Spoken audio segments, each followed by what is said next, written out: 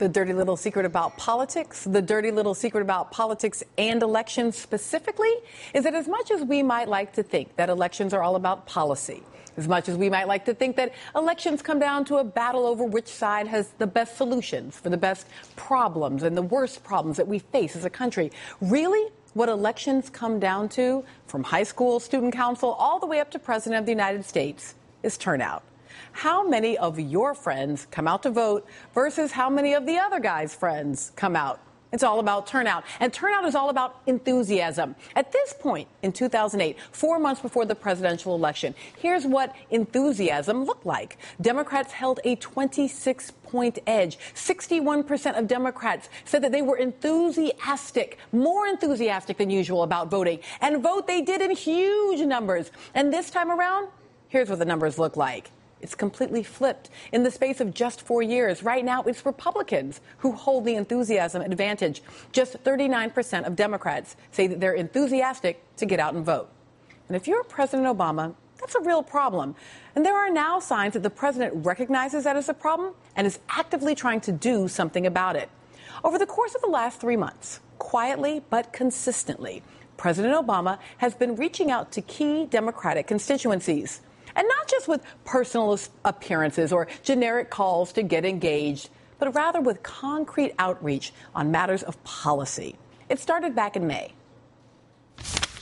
At a certain point, I've just concluded that for me personally, it is important for me to go ahead and affirm that I think same-sex couples should be able to get married. After President Obama came out in favor of same-sex marriage, his fundraising numbers went through the roof. According to NPR, the president's campaign committee, quote, experienced a nearly threefold increase in donations over the 72 hours following his announcement. The very next month, President Obama did it again. He began reaching out to another group that he's going to rely heavily on come November.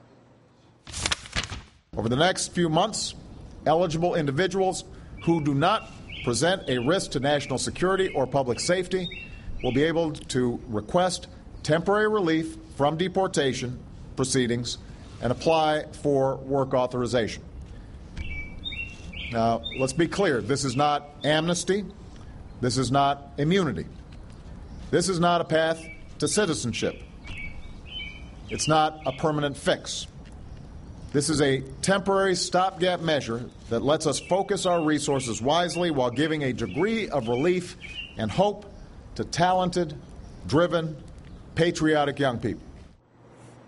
Heck, as you could hear, even the birds living in Washington, D.C. were enthusiastic about that one. I mean, with immigration reform hopelessly stalled in Congress, President Obama announced his own set of actions to prevent young, undocumented young people, the so-called dreamers, from being deported. Now, while this affects all undocumented youth, it resonates most with Hispanic communities who are targeted by the Papers, Please profiling laws. That and similar actions like it have helped give President Obama a 44-point lead over Mitt Romney among Hispanic voters. And now, this month, President Obama is reaching out to yet another part of the Democratic base. Earlier this week, the president appeared at the annual convention of the National Urban League in New Orleans. And in his speech there, he announced a major new initiative aimed directly at the African-American community.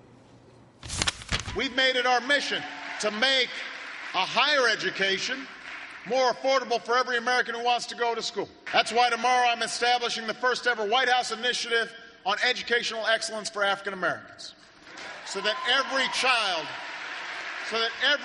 has greater access to a complete and competitive education from the time they're born all through the time they get a career. Yesterday at the White House, with our very own Reverend Al Sharpton at his side, President Obama signed an executive order establishing the White House Initiative on Educational Excellence for African Americans. It's an initiative designed to give African American children better access to quality education, improve their education outcomes, reduce the dropout rate, close the achievement gap that exists between African American school children and white school children. I know what you're thinking. Kids can't vote. What does this have to do with rallying the base? It's true. Kids in school can't actually vote. But you know who can? African-American teachers and African-American parents. Among the things that the new program aims to do is to improve the recruitment and retention of African-American teachers and principals. Teachers vote. And also decrease the disproportionate number of African-American students who are being referred for special education.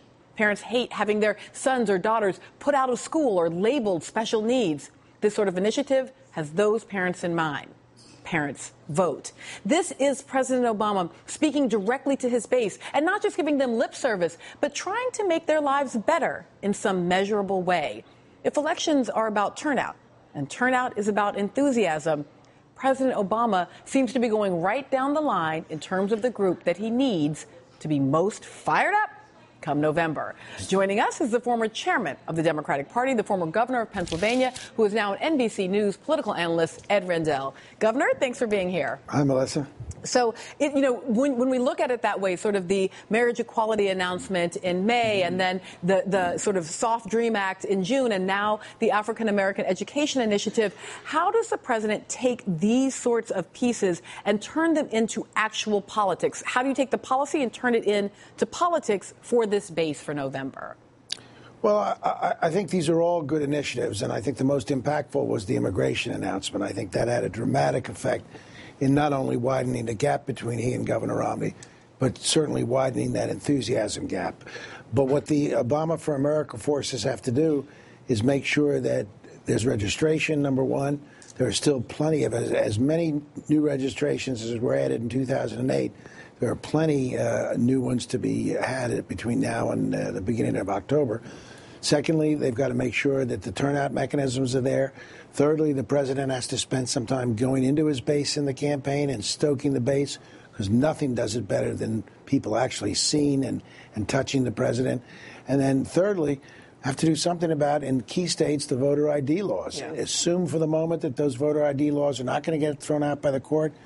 The OFA people and the state committees and the city committees, all of them have to be finding those voters without photo ID and making sure they get to the motor vehicle places and have the proper identification and get their photos, because that could be crucial. In Pennsylvania, 9% of the electorate doesn't have photo ID, and my guess is 80 to 85% of those 9% are Democratic Obama voters. Right. I mean, so this is such a key element of 2012. It's not just the president's campaign doing the work of rallying that base, but also making sure that they actually have fair access to the polls. I also wanted to ask Governor Rendell, because it feels like part of what happened here, you said earlier, he opens up the distance between himself and Mr. Romney. And I was actually struck by the reaction of the right to this education initiative. Like, I'm thinking, who can be against an education initiative? But we actually saw that rather than applauding the efforts, a gentleman named Roger Clegg with the Center for Equal Opportunity actually went straight to attacking African-American single moms, saying that they're to blame for the racial disparities in educational outcomes, and saying that, yes, okay, the president wants to do, the work of making structural change, but really this is just the fault of unmarried parents. Does this, even just in saying that, kind of help demonstrate how different these candidates are? Well, and sure. And in politics, we have a saying that hate is more important at turning out voters than love. And a statement like that is so stupid. And some of the things that the far right have done have been so stupid that in of itself helps to turn out the base. Take Arab Americans. And Michigan, as you know, of the battleground states, Michigan's one of the big states where Governor Romney's within striking distance. And yet it's got a very big Arab American population. Well, Michelle Bachmann is worth tons in terms of not only persuading Arab Americans that there's no place for them in the Republican Party, but making sure they are angry enough to get out to vote. So the president's doing well on his own.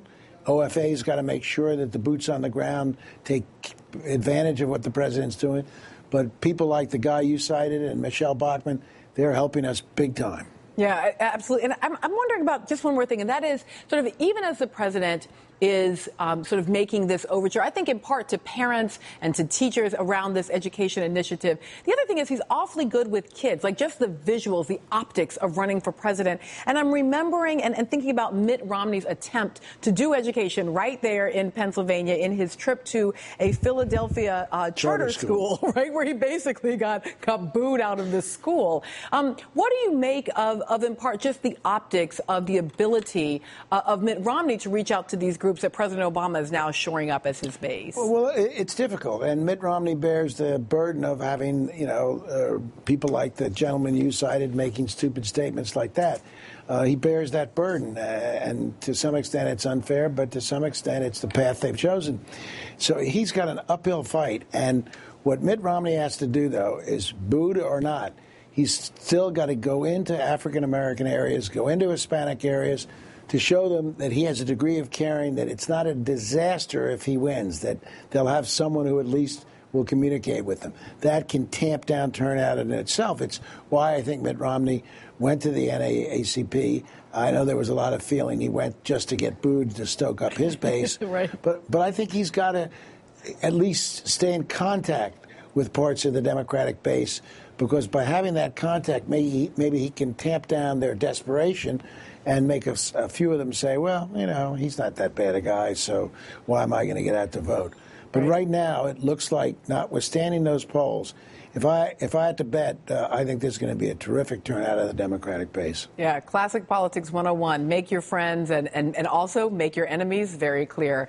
Governor Ed Rendell, NBC News, political analyst and former chairman of the Democratic Party. Thanks for your time tonight. Have a good night. Thanks. Now, there are some hot-button political issues that actually don't divide the country along political or ideological lines. The latest one of those issues is a question of civil rights, and it's found its way to the country's most progressive big city. That story is coming up.